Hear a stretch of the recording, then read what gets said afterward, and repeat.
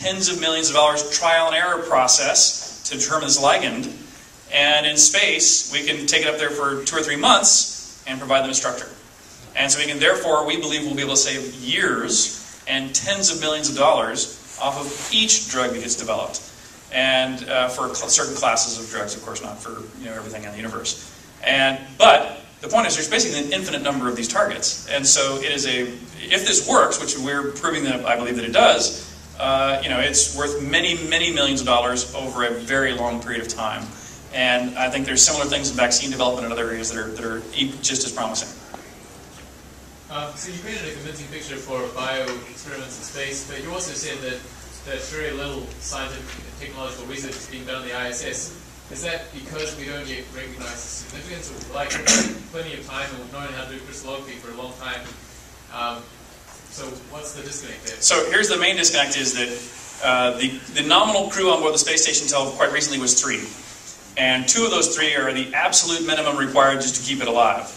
And so there's only sometimes one extra person available to be doing anything other than maintenance. And as it turns out, there just has not been time or budget. There's been literally $0, effectively $0 allocated towards science on the space station to date. The plan has always been finish it, then do the science. The plan was to finish it in 5 years, 20 years ago. And we're only finishing it now, and by the way, it was scheduled to be decommissioned and deorbited about 2 years from now. So we are just finishing it, just before it's about to be decommissioned and just before we're about to put any budget into it. And by the way, the forward budget for science in what I'll call the Bush plan was $0.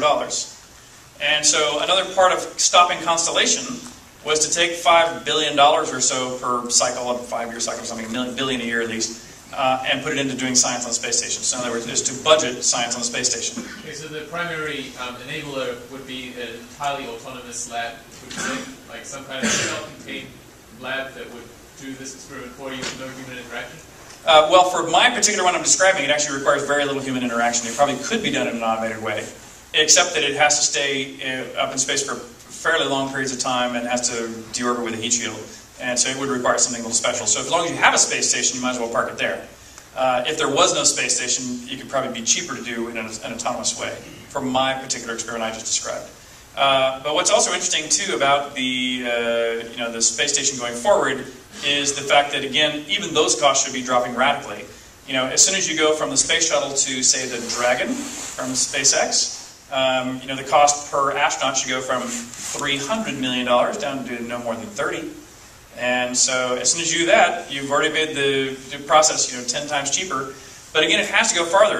Here was another funny anecdote about this. Remember that drawing I showed you about all the thousands of people they're putting downrange in case of pad aborts? Well, one of the astronauts I flew with, Mike Fink, while we were having that discussion, because I would always have public versus commercial spaceflight discussions with him, and he's, by the way, very pro-privatization or pro-commercial. But at this moment, he just happened to pop off and say, "Now, Richard, Elon Musk is not thinking about this when he's thinking about his costs for launching his SpaceX. He says as soon as there's people on board, he's going to have to pay for the U.S. military to put these tens of thousands of people downrange." I went, "Oh, interesting point." So when I got back, I was taking a tour of SpaceX, walked over to Elon, and said, "Hey, Elon, Mike Fink says you're not thinking about this and having mount all these people downrange when you launch. What do you have to say about that?" And he goes, "Oh, I've thought about it. I'm just not going to do it." He goes, "I'm going to have a helicopter service on call that I'm going to pay a good fee that if I end up having a pad abort, those guys are going to have to wait 10 hours and the helicopter will be there to pick them up. But it's a risk I'm willing to take." And I'm going like, "I'd take that risk too. Even if I was on board, I'd take that risk. That's okay." And so, the point is, commercial people will make the decisions from a very different vantage point. Their motivations are from a different vantage point. And there's a lot of people who go like, "Oh, it's not going to be as safety-oriented." I think that's bull. Because, if any one of these commercial guys has even one failure, especially in their first 100 or 1,000 flights, that's the end. They're gone. Their company, their business, their plan, that whole vein of strategy has closed. And so these guys, I think, are, in the short run, more safety-oriented. I mean, eventually you'll need a watchdog like the FAA or other people to step in and have things like we do for airplanes. But by the way, they already are. The FAA is already watching this very closely. The FAA is already putting in rules and regulations which I think are very logical so far, and is doing a stunningly good job of both monitoring and managing this fledgling industry, I think. My impression from your presentation is that what modified your behavior on Earth the most is the overview effect. Would you confirm that? Yeah, the overview. Yeah, the overview effect is by far the most impactful. The second great joy was microgravity. And when I think about the reason why we are here is impacting 1 billion people, and I think really shifting the perspective about how you see reality, how you see planet Earth, is the most impactful thing we could do here. And still you say, as cheap as it can get, it will get to like $30 million, $3 million. I'm thinking about it with augmented reality, immersive reality. We could reproduce this overview effect for millions or billions of people and totally shift our perspective about us being on Earth and our relationship to space. Do you think you could reproduce that on Earth on a much, much cheaper basis, or you will never get there?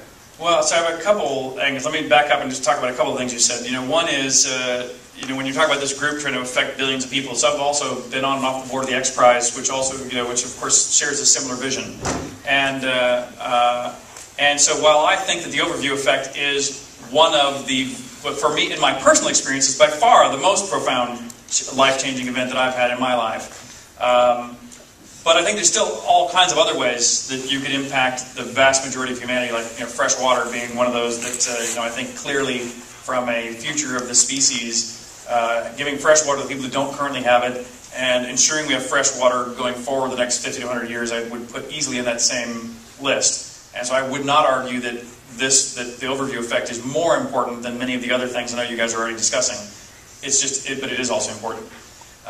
When you come to can it be simulated, I'm in the simulation business. We make games that do incredibly, stunningly good simulations all the time. And I was having a discussion over dinner with some people trying to do some VR-ish kind of simulations for similar to what you've just described, which I think are also very interesting.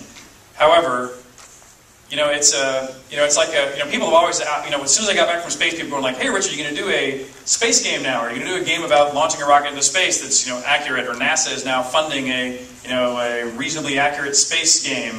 And I'm going like, well, just like with Wing Commander that somebody was mentioning a minute ago that they were playing, Wing Commander was really fun space stuff, but it wasn't particularly realistic. You know what I mean? There's a big difference between doing something for real and what you will do for what you're willing to do for entertainment.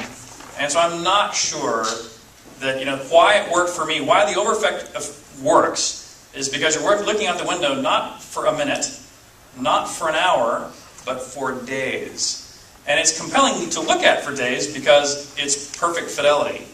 And it is awe-inspiring as a view. But these epiphanies only come to you after, the first one after a few hours, the second one after another dozen hours, the third one after another dozen hours. It's only after you slowly see every part of the Earth in all the ways that it's been formed and shaped.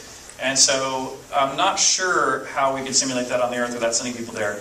But I don't think, even though the price to orbit, in my mind, will get no cheaper than what I call $3 million, that's cheap enough to where I think that the value of people's time in space will clearly exceed it. And while everyone won't go take that, I don't think you need everyone to go have that epiphany. You just need 1% of people to go have that epiphany, and you would profoundly change the course of humanity, I think.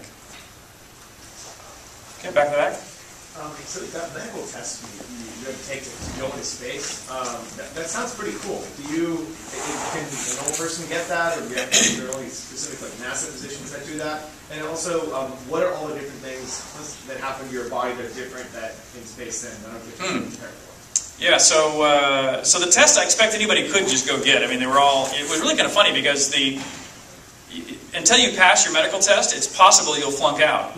And because it's possible you'll flunk out, most of our high-worth individuals don't want their name to be known as somebody pursuing it, because it'd be really embarrassing to flunk out after you'd already paid a bunch of money and before you have to fly. And so what we do is we give everybody an alias. And so I actually went through all this medical pre-work. My name was, I don't even remember, Richard somebody. I can't remember. Bradley, that's it, Richard Bradley. My name was Richard Bradley. So I would go into these hospitals, literally as Richard Bradley, with no identification that said I was Richard Bradley. No social security number that said I was Richard Bradley. And a nurse that would come with me who was in on it, who, when they would say, "Oh, yes, Mr. Bradley, may we see some identification?" she would go, "You do not need to see his identification." And they would go, "Okay, we don't need to see your identification." And they'd go on and enter me in the computer. That's amazing. I didn't realize it would work. But it does, by the way. You can go to a hospital and go through all kinds of medical workups, including major surgery, without anybody knowing your name, and or having any other data about you that's accurate. And so, which is pretty amazing in this day and age.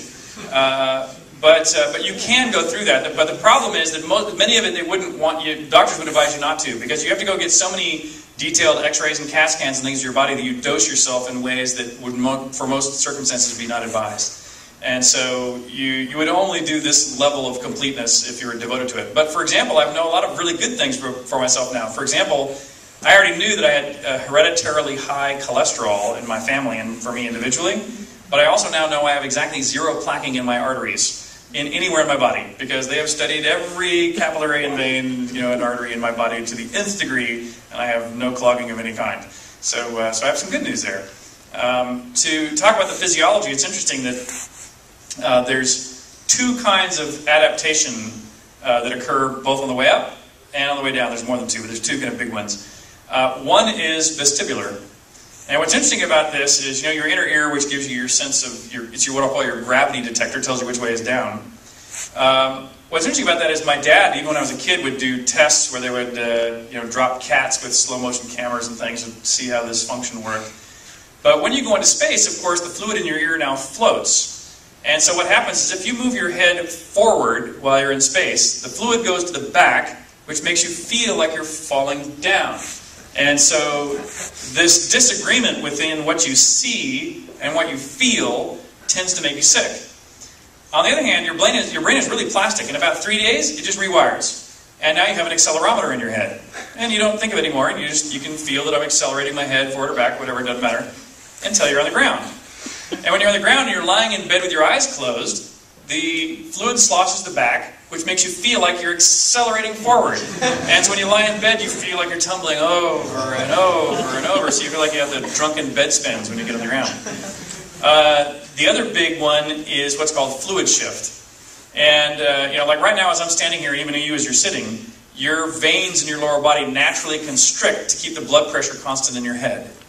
And so when you go to space, since there's no gravity, you perceive yourself as standing up, your body reacts as if you're standing up, and so it squeezes involuntarily squeezes in the lower half, and you get this super high pressure feeling in your head. You can see it when you look at your crewmates. You can see their veins bubbling out on their face. Everybody's kind of puffy as the fluid is shifted in their bodies, and it tends to give you headaches and stuffy noses, and you feel like you got a head cold for the first week that you're up in space. And that one I didn't get the motion sickness, but I did get this one a lot.